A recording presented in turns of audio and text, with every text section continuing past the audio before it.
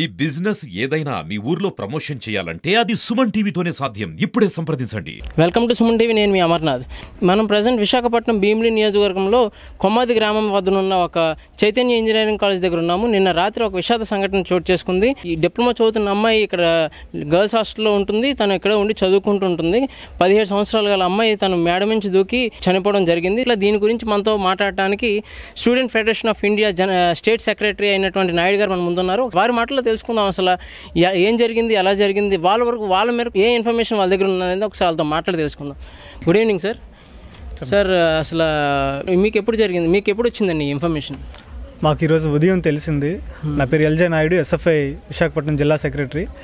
నిన్న రాత్రి కొమ్మాది ఇంజనీరింగ్ కళాశాలలో, చైతన్య ఇంజనీరింగ్ కళాశాలలో చదువుతున్నటువంటి రూపశ్రీ అనే అమ్మాయి ఇలా సూసైడ్ చేసుకుంది.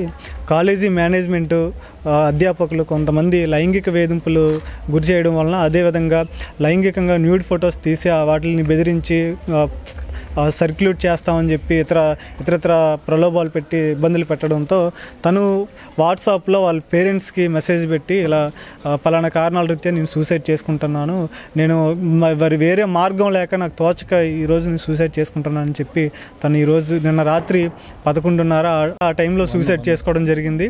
అయితే దీని వెనకాతల మనం జరిగిన పరిణామాలు మనం చూసుకుంటే, అయితే ఎటువంటి బాధాకరమైన సంఘటన ఏంటంటే తను రాసిన మెసేజ్లో నాకే కాదు నాకులాగా చాలా మందికి ఇలా జరుగుతుంది, దీనిని ఏ విధంగా ఆపాలో తెలియట్లేదు, వాళ్ళు ఒకవేళ పోలీస్ స్టేషన్కి వెళ్ళి కంప్లైంట్ ఇస్తానంటే కనుక ఇవి యూట్యూబ్లో రిలీజ్ చేస్తామని చెప్పి కూడా బెదిరిస్తున్నారు. ఎవరైతే ఈ స్టూడెంట్స్ అబ్బాయిలు ఎవరైతే ఇవి చేస్తున్నారో వీళ్ళని ఖండించి వాళ్ళకి పనిష్మెంట్ ఇవ్వాల్సిన ఎవరైతే అధ్యాపకులు ఉన్నారో లేదంటే ఎవరైతే స్టాఫ్ ఉన్నారో వాళ్ళే వీరికి సపోర్ట్ చేసి మమ్మల్ని ఈ విధంగా తయారు చేస్తున్నారు, ఇటువంటి ఈ అకృతమైన దీనికి వాళ్ళే సపోర్ట్ చేస్తున్నారని తను ఎంత అల్లాడిల్లిపోయిందో మనం మెసేజ్లో చూస్తున్నాము. సో దీని పట్ల ఏమంటారండి మీరు? ఒక మైనర్ స్టూడెంట్ తను అప్పుడే డిప్లొమా జాయిన్ అయ్యి వచ్చి ఈరోజు చదువుకుంటున్న ఆమె పైన ఇటువంటి లైంగిక వేధింపులు గురి చేయడం, తినే కాకుండా మరో 11 మంది విద్యార్థులు అదే విధంగా లైంగిక వేధింపులు గురవుతున్నారని చెప్పి తను చెప్పడం జరిగింది. అయితే తను ఎంత మనోవేదనకు గురవ్వకుండా ఇటువంటి సూసైడ్ చేసుకున్నదా అంటే మనం చెప్పడం, కాలేజీ మేనేజ్మెంటు ఒక అధ్యాపకుడు స్థానంలో విద్యార్థులను చక్కదిద్దాల్సింది పోయి ఒక కాలేజీ అధ్యాపకులే ఇటువంటి లైంగిక దాడులు లేదంటే ఇటువంటి ప్రలోభాలకు లేదంటే ఇటువంటి అరాచకాలు, అకృత్యాలకు, అత్యాచారాలకి చేస్తున్నారంటే ఇది కాలేజీ స్థాయిలో కాదు, స్కూల్ స్థాయి నుంచి కూడా ఈరోజు అనేక లెవెల్లో PhD స్థాయి వరకు ఇటువంటివన్నీ జరుగుతూనే ఉన్నాయి ప్రతి ఏటా. దేన్ని కూడా ఈ దిశ యాప్ ఉన్నా సరే, ఇంకో యాప్ ఉన్నా సరే, ఇంకో చట్టం ఉన్నా సరే, ఏ చట్టం కూడా ఈరోజు పోక్సో చట్టం కూడా దేన్ని కూడా ఆపలేకపోతుందంటే ఈరోజు కాలేజీ మేనేజ్మెంట్ కానివ్వండి, లేదంటే అటువంటి ప్రలోభాలు, ఇబ్బందులు పెట్టి లేదంటే చంపేస్తాం, లేదంటే బయట పెడతాం న్యూడ్ ఫొటోస్ అంటే ఎవరైనా సరే ఇంకా పక్క వాళ్ళు కూడా చెప్పుకోలేని స్థితిలో ఉంటారండి ఇటువంటి పరిస్థితుల్లో. అటువంటి పరిస్థితుల్లో ఈరోజు తను సూసైడ్ చేసుకుంది.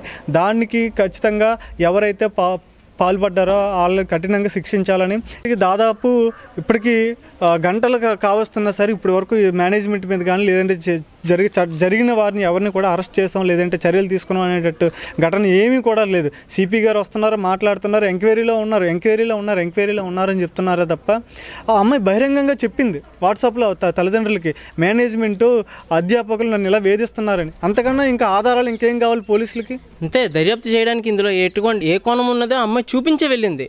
సో ఇలాంటి ఒక ప్రూఫ్ అంటే ఒక మెసేజ్ కానీ ఏదైనా సరే ప్రూఫ్ ఉన్నా సరే దీని పట్ల ఎటువంటి చర్యలు వీళ్ళు తీసుకున్నారనేది కూడా ఇప్పటివరకు ఓపెన్గా తెలియలేదు. సో దీని గురించి కూడా మీరేం మాట్లాడతారు సార్? కమిషనర్ గారు తక్షణమే మేనేజ్మెంట్ని అరెస్ట్ చేయాలి. ఎవరైతే బాధ్యులు ఉన్నారో అధ్యాపకులు కానివ్వండి, ప్రిన్సిపల్ కానివ్వండి, కాలేజీ మేనేజ్మెంట్ని అరెస్ట్ చేసి అప్పుడు ఎంక్వైరీ చేయాలని ఎస్ఎఫ్ఐగా మేము డిమాండ్ చేస్తూ ఉన్నాం. కఠినంగా శిక్షించాలని కాలేజీ మేనేజ్మెంట్, కాలేజీ గుర్తింపుని రద్దు చేయాలని ఎస్ఎఫ్ఐగా మేము డిమాండ్ చేస్తూ ఉన్నాం. ఈ ఏరియాకి సంబంధించిన కొమ్మాది ఏరియాకి సంబంధించిన CI మెంబర్ మనతో ఉన్నారు. ఒకసారి వారి మాటల్లో కూడా తెలుసుకుందాం. ప్రజల హక్కులని మనకున్న ఒక డెమోక్రసీని కాల రాస్తూ ఈ రోజుల్లో ఏదైతే మనకి ఒక సెల్ఫ్ సెక్యూరిటీ ఏదైతే ఉందో అది పోయి ఈరోజు ఒక పిల్ల ప్రాణానికి వచ్చింది ఇది. సో తనకి ఆ ధైర్యం ఉండుంటే ఈరోజు ఇలాంటి ఒక సంఘటన జరిగి ఉండేది కాదేమో. కేవలం వాళ్ళు యూట్యూబ్లో పెడతాను ఇది అని చెప్పేసి ఈ మాటలకి తను భయపడి నా ప్రాణం పోయినా పర్లేదు, నేను బయటకు వస్తే నా వల్ల ఇంకో 10 మంది అమ్మాయిల జీవితాలు బాగుపడతాయని చెప్పేసి తను ఈరోజు ప్రాణత్యాగానికి తను ముందుకు వచ్చిందంటే ఇది చిన్న విషయం కాదు. ఆ వయసులో తను తనకి తను చేసిన చాలా ఒక పెద్ద ప్రక్రియ అని మనం చెప్పొచ్చు. దీని పట్ల మీరు సిఐటియు తరపున మీరు ఏం స్పందిస్తారండి? ఈరోజు ఈ కొమ్మాది విలేజ్లో చైతన్య కాలేజీలో జరిగినటువంటి ఇన్సిడెంట్స్ ఏదైతే రాత్రి 1 గంటకి అమ్మాయి బిల్డింగ్ పైనుంచి దూకి సూసైడ్ చేసుకుందో, సూసైడ్ చేసుకునే ముందు వివరాలతో సైతం మెసేజ్ రూపంలో తెలియచేయడం జరిగింది. అయినా సరే ఈ రోజుకి ఇప్పుడు ఇన్ని గంటలు జరుగుతున్నా సరే పోలీసులు దాక్స్తామని చేస్తున్నారు. వెంటనే ఇక్కడ ఉన్నటువంటి యాజమాన్యాన్ని అరెస్ట్ చేయాలి. ఈ కాలేజీ నుంచి ఒక్కరు కూడా బయటకు వెళ్ళకూడదు. పూర్తిగా దర్యాప్తు ఇక్కడే జరగాలి, పోలీస్ స్టేషన్లో కాదు దర్యాప్తు జరిగేది. ఏ ఇన్సిడెంట్స్ ఎక్కడైతే జరిగిందో అక్కడే మొత్తం పోలీస్ వ్యవస్థ అంతా కూర్చొని వెంటనే దీన్ని దర్యాప్తు చేయవలసిన అవసరం ఉంది.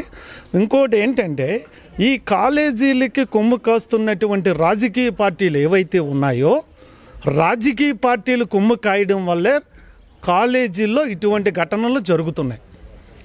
ఈ ఘటన ఏమి కొత్త ఏమీ కాదు. ఇటువంటి ఘటనలు భారతదేశం వ్యాప్తంగా, రాష్ట్ర వ్యాప్తంగా, విశాఖ జిల్లా వ్యాప్తంగా చాలా జరుగుతున్నా సరే పోలీసు కానీ రాష్ట్ర వ్యాప్తంగా ఉన్నటువంటి రాష్ట్ర ప్రభుత్వం కానీ ఎటువంటి చర్యలు తీసుకోదు. వెంటనే ఈ ఘటన జరిగేటప్పుడు ఈ కాలేజీకి ఏదైతే గుర్తింపు ఉందో ఆ గుర్తింపుని రద్దు చేయాలి. రద్దు చేస్తే ఇంకొక కాలేజీ పిల్లల పట్ల ఈరోజు కాలేజీ ఆడుతున్న అబద్ధం ఏంటంటే అమ్మాయి మౌనంగా ఉంటుంది, అమ్మాయి ఎవరితో మాట్లాడదు, పేరెంట్స్కి ఇన్ఫామ్ చేశాము, పేరెంట్స్ స్పందించలేదు అని చెప్తున్నారు. ఇది అబద్ధంగానే భావించాలి. పేరెంట్ స్పందించలేనప్పుడు ఆ పేరెంట్స్ వచ్చేంత వరకు తన యొక్క బాధ్యత తీసుకోవాల్సింది కాలేజీ యాజమాన్యం అని అందరికీ తెలుసు. సో తెలిసినప్పటికీ వాళ్ళు ఎటువంటి యాక్షన్ తీసుకున్నారు? దీని పట్ల ఆ అమ్మాయికి ఇచ్చిన భద్రత ఏంటి? 7 గంటలకు మిస్ అయిపోయిన అమ్మాయి 9 వరకు మేము వెతుకుతూ ఉన్నామంటే అమ్మాయి ఎక్కడికి వెళ్ళిందని? సీసీ కెమెరాలు లేవా? ఇక్కడ ఏమీ లేవని తన తోటి స్నేహితులు లేకుండా తను ఎక్కడికైనా అడుగు పెట్టే తత్వం అయితే కాదు. ఈ చుట్టుపక్కల పరిసరాల ప్రాంతాలు కూడా అలా లేవు. ఎందుకంటే మనం మగవాళ్ళే బయటకు వెళ్ళడానికి ఇది చూడడానికి చుట్టుపక్కల అడవిలో ఉన్నాయి. అలాంటిది ఒక అమ్మాయి ఎలా వెళ్ళిపోతుంది 7 గంటల టైం అప్పుడు? సో తను ఎక్కడ ఉండి ఉంటుంది. సీసీ కెమెరాలో ఉంటే చూసే దొరికే అవకాశాలు కూడా ఉంటాయి. చదువు చెప్పాల్సిన యాజమాన్యం, చదువు చెప్పాల్సిన ఉపాధ్యాయులు ఎవరైతే ఉన్నారో వాళ్ళే తినికి ఎవరైతే తప్పు చేస్తున్నారో వాళ్ళని ప్రోత్సహించి తిని ఈ రోజు ఇలా చనిపోవడానికి కారణం ఈ అధ్యాపకులే, ఈ యొక్క స్టాఫే అని చెప్పేసి పర్టికులర్గా తను ఒక మెసేజ్లో రాయడం అయితే జరిగింది. దీని పట్ల మీరు ఏమంటారు? ఈరోజు అమ్మాయి ఎక్కడికి వెళ్ళిపోలేదు, అమ్మాయి కాలేజీలోనే ఉంది. ఈరోజు మేము ప్రిన్సిపల్ గారితోనే ఇక్కడ ఉన్న సిబ్బందితో మాట్లాడే సందర్భం ఇందాక వాళ్ళు చెప్పింది ఏంటంటే అమ్మాయి బాత్రూంలో 4 గంటలు ఉన్నదని ఇక్కడ యాజమాన్యం చెప్తున్నారు. అది నమ్మవలసిన విషయమేనా? ఒక అమ్మాయి బాత్రూంలో ఉన్నది అంటే ఎవరు నమ్ముతారు? ఇది ముమ్మాటికి యాజమాన్యం ఏదో అమ్మాయిని చేసింది. అమ్మాయి పడిపోయిందంటే అక్కడ ఆనవాళ్ళు కూడా కనబడట్లేదు. అమ్మాయి పైనుంచి పడితే అక్కడ బ్లడ్ అయినా ఉండాలి, లేదా అమ్మాయి పడిపోయే ప్లేస్లో చెల్లా ఏమైనా ఉండాలి. ఎటువంటివి ఏమీ కనబడట్లేదు. పూర్తిగా యాజమాన్యాన్ని పూర్తిగా కస్టడీలోకి తీసుకొని విచారిస్తే నిజాలు బయటకు వస్తాయని సిఐటిగా డిమాండ్ చేస్తున్నాం. మీరు చేయలేని వెడల సిఐటిగా కాలేజీ ముందు రేపు ఆందోళన చేస్తాం. ఈ ఏరియాకి చెందినటువంటి సిఐటి మెంబర్ చెప్తున్న మాటలు.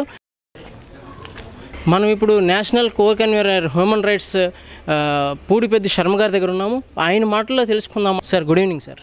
నమస్కారం అండి, చెప్పండి సార్.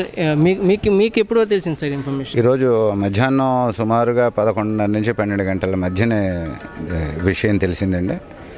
మరి తెలియగానే వాట్సాప్ ద్వారా, తర్వాత మిగతా ఫోన్ల ద్వారా తెలియగానే ఈ సంఘటనా స్థలానికి రావడానికి ప్రయత్నాలు చేసుకుని పోలీస్ స్టేషన్కి వెళ్ళడం, ఆ పేరెంట్స్ని కలవడం, ఇక్కడికి వచ్చి ఇక్కడ వ్యవస్థ ఎలాగుంది అనేది చూడడం. ఇక్కడ వ్యవస్థ అయితే చాలా అధ్వానంగా ఉంది.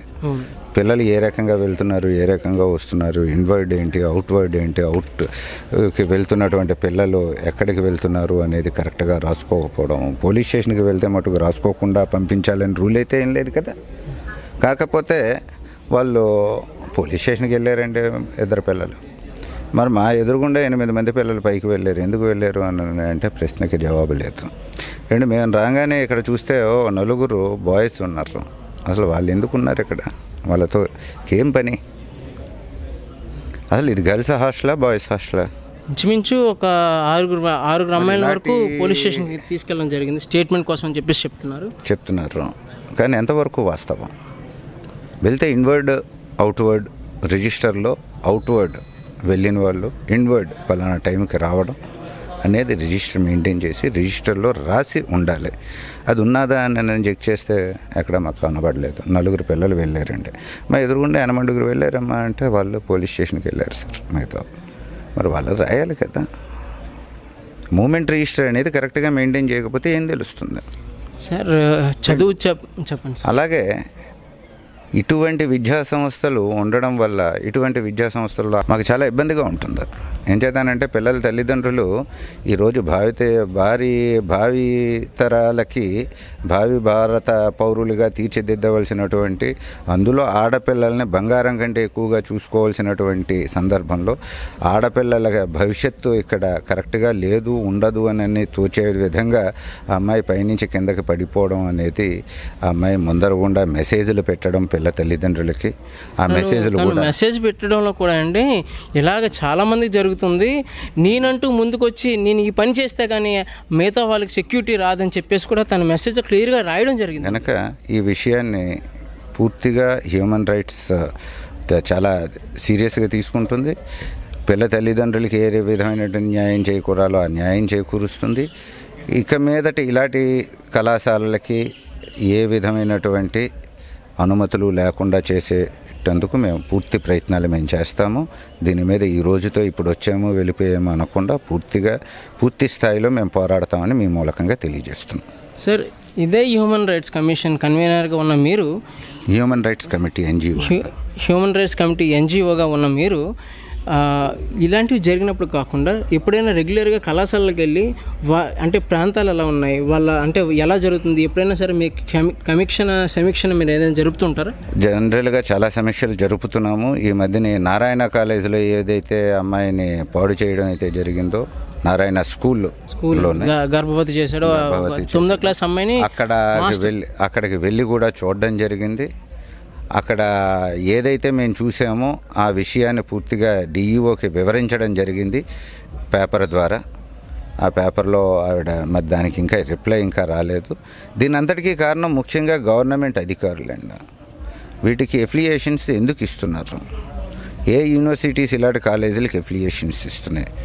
మరి ఏ డిఈఓలు మరి ఏం చేస్తున్నారు? ఒక స్కూల్ స్థాయి నుంచి కళాశాలల వరకు కూడా అధ్యాపక వృత్తిలో ఉన్నవాళ్ళు ఒక మంచిని చెప్పాలి. ఎప్పుడూ కూడా మా చిన్నప్పుడు మేము చదువుకున్న రోజుల్లోనే ఒక టీచర్ ఒక కొవ్వొత్తిలాగా వెలుగుతూ తాను కరుగుతూ వెలుగునిచ్చేది, స్టూడెంట్స్కి వెలుగునిచ్చేటువంటి పని చేయడం మానేసి స్టూడెంట్స్ తాలూకా భవిష్యత్తుని పాడు చేస్తున్నటువంటి అధ్యాపకుల్ని వెంటనే శిక్షించాలి. అటువంటి అధ్యాపకులు ఉన్నటువంటి కళాశాలని వెంటనే వాటి అనుమతుల్ని రద్దు చేయాలి. ఇదే డిమాండ్ మీద మేము ముందరకు వెళ్తున్నాం. హై స్కూలు కాదు, ప్రైమరీ స్కూల్ దగ్గర నుంచి కళాశాలల వరకు కూడా మేము ఇదే పనిగా మేము తిరుగుతున్నాం. ఆర్టీఏలు పెడుతున్నాం. ఎంత పెడుతూ ఉన్నా కూడా బుద్ధి రావడం లేదు. లంచాల మత్తులో వాళ్ళు ఉండి వాళ్ళు ఏం చేస్తున్నారో కూడా అర్థం కానటువంటి పొజిషన్లో వాళ్ళు ఉన్నారు. దీన్ని పూర్తిగా ఒక తావుకి తీసుకొని వచ్చేంత వరకు కూడా హెచ్ఆర్సీలు ఇలాంటి ఎన్జిఓలు ఎన్ని ఉన్నాయో అన్నీ మేము కలిసి పోరాటం చేస్తామని మీ ముఖంగా తెలియజేస్తున్నాం. Thank you sir.